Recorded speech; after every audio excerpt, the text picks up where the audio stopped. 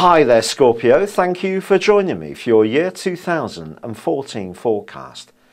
Your key planets are Mars and Pluto, and they're going to be having a major influence on proceedings for you all of this year. The story begins on the very first day with your solar return on the 1st of January.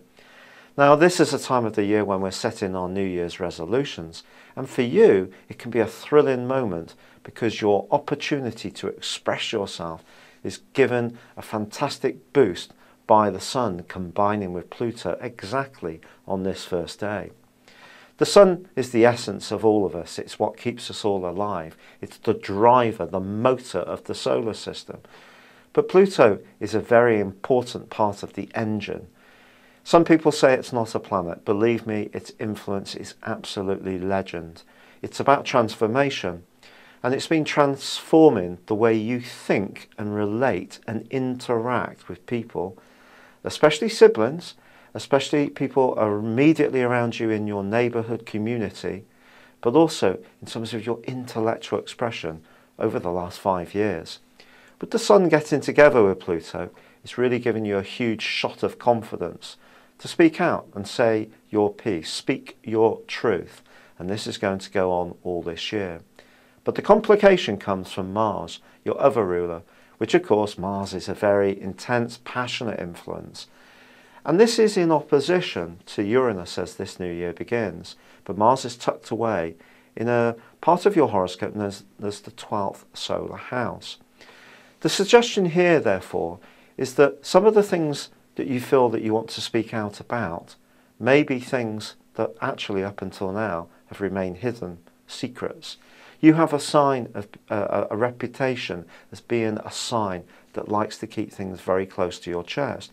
But you can be very blunt when you want to say things to other people, even if your own business is often camouflaged.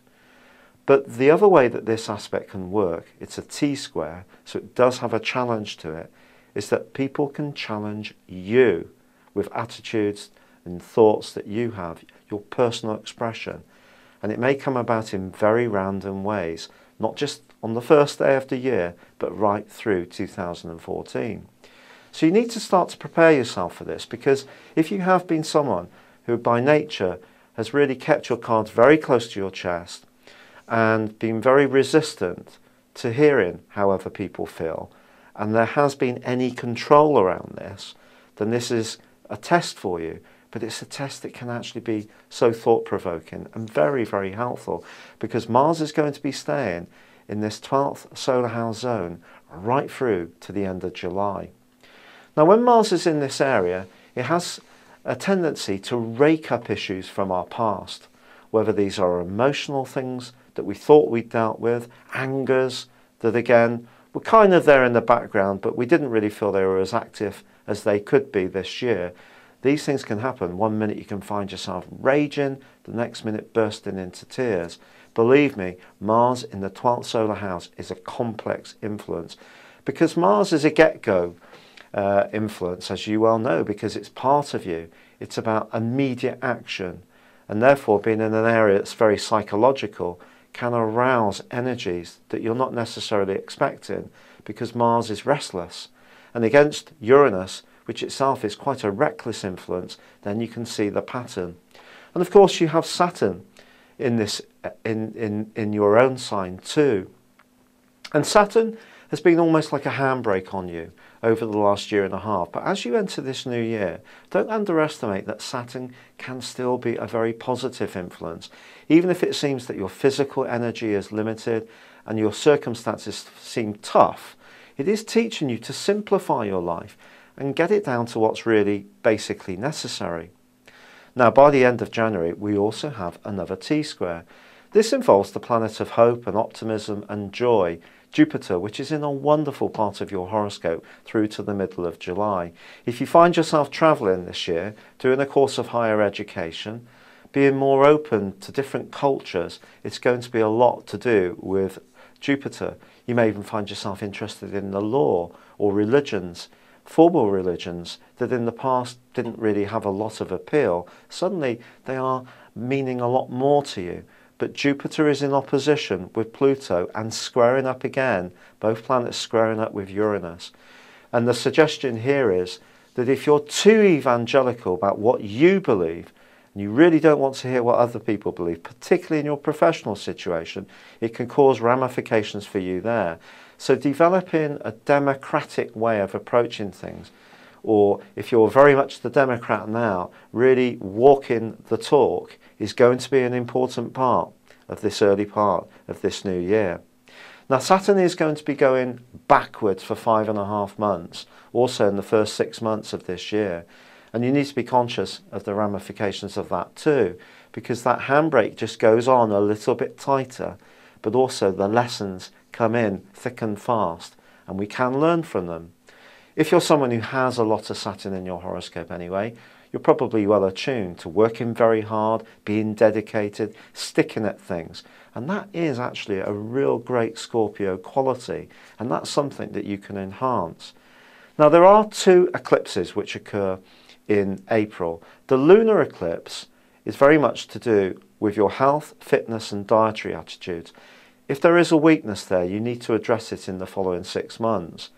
But the solar eclipse at the end of the month is very much about relationships, and it gives you a wonderful opportunity to improve these in the latter part of the year, from basically April through to the end of September. So embrace this opportunity to improve relationships, but it may be by clearing up that old stuff that's festered away out of sight, but it's still been active. It's been influencing you, and you are known as a grudge bearer. And if that has been stopping you being free and empty and able to live in the moment, work hard at this opportunity to improve your relationships. Jupiter moves. It moves in the middle of July. It moves into a new zone for you, one that's fantastic for your career. It's going to be there for a year, so right through to the end of the year. Jupiter is very much an opportunity planet, but we have to work hard at it. Some people can take things for granted with Jupiter and think luck will just fall in their laps. Sometimes, bizarrely, it can do, but I wouldn't be so passive. Make sure that you're picking up the cudgels and really going for it, demonstrating to people how talented you really are. Mars moves into your sign at the end of July, and I think you're going to let out a huge sigh of relief. But you know, you will have learnt so much, and I do think a major transformation in your psychological health may have occurred in the last few months before this happens. And you could look back on the first half of 2014 and pleased that that has been with you in that location, because it's going to help you to rinse away a lot of old debris, and that's going to make you feel lighter and more buoyant. So Mars moves into your sign, and you can really feel fired up as August begins, but by the end of the month, Mars is going to be alongside Saturn. Now that could see you getting mightily frustrated if one plan that you're working on doesn't go exactly as you hope. But stay with it, try not to boil over too much, because for the rest of the year Mars is going to keep moving and help you. It's going to be very, very supportive. And that takes us round to the eclipses of October. And this pair works in a slightly different way, if you like, in a reflection of the earlier eclipses in the year. The first one is very much about your psychological health again. It's just making sure, asking you to really tune in to that hidden side of your personality. We've all got it. We all have to keep working at this for all our lives. It's not something we've ever cracked, really. And then, fantastically, at the end of October, there's a wonderful solar eclipse in your sign. And all the hard work that you've invested in the first 9 or 10 months of this year can really start to come through for you. The discipline, the self-awareness, the drive, it's all going to fall into place in the last quarter. But I would say this to you, it is going to be important to be aware of Uranus squaring Pluto for the whole of this year. This is a very, very potent influence, and for you at times, I do feel it can create a lot of nervous tension.